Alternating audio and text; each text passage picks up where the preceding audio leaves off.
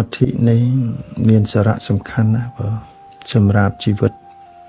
សត្វលោកប្រចាំថ្ងៃបើសូម្បីតែយើងងាកទៅមើលអត្តន័យរបស់សមាធិកម្ចាត់បងនៅសេចក្តីរាយមាយរវើរវាយរារែកអល់ឯកជាលក្ខណៈអញ្ចឹងចិត្តរបស់យើងនឹងមិនរាយមាយបានកិច្ចក្នុងការកម្ចាត់បងនៅសេចក្តីរាយមាយធ្វើឲ្យចិត្តរបស់យើងនឹងវាអត់ញាប់ញ័រជាមួយនឹងរូបសម្លេងក្លិនរសផតពៈដែលពោពេញទៅដោយសេចក្តីស្អប់ស្រឡាញ់ហើយជាអាការៈប្រកបនឹងឯងហើយហេតុចិត្តធ្វើឲ្យយើងមានសេចក្តីសុខទាំងផ្លូវកាយទាំងផ្លូវចិត្តពេលណាដែលចិត្តរបស់យើងបានតាំងនៅក្នុងអារម្មណ៍មួយដែលជាកុសល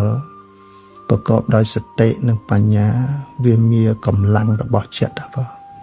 ធម៌ពលរបស់ចិត្តដោយអាណាបានសតិយើងតម្កល់ទុកនៅក្នុងអារម្មណ៍ជាធម្មអារម្មណ៍មួយស្ងប់ជាកុសលដែលមានសតិរលឹកតនញៀនដឹងតនចិត្តរបស់យើងនឹងស្អាតដល់តែចិត្តស្អាតបរិសុទ្ធនឹងកាយរបស់យើង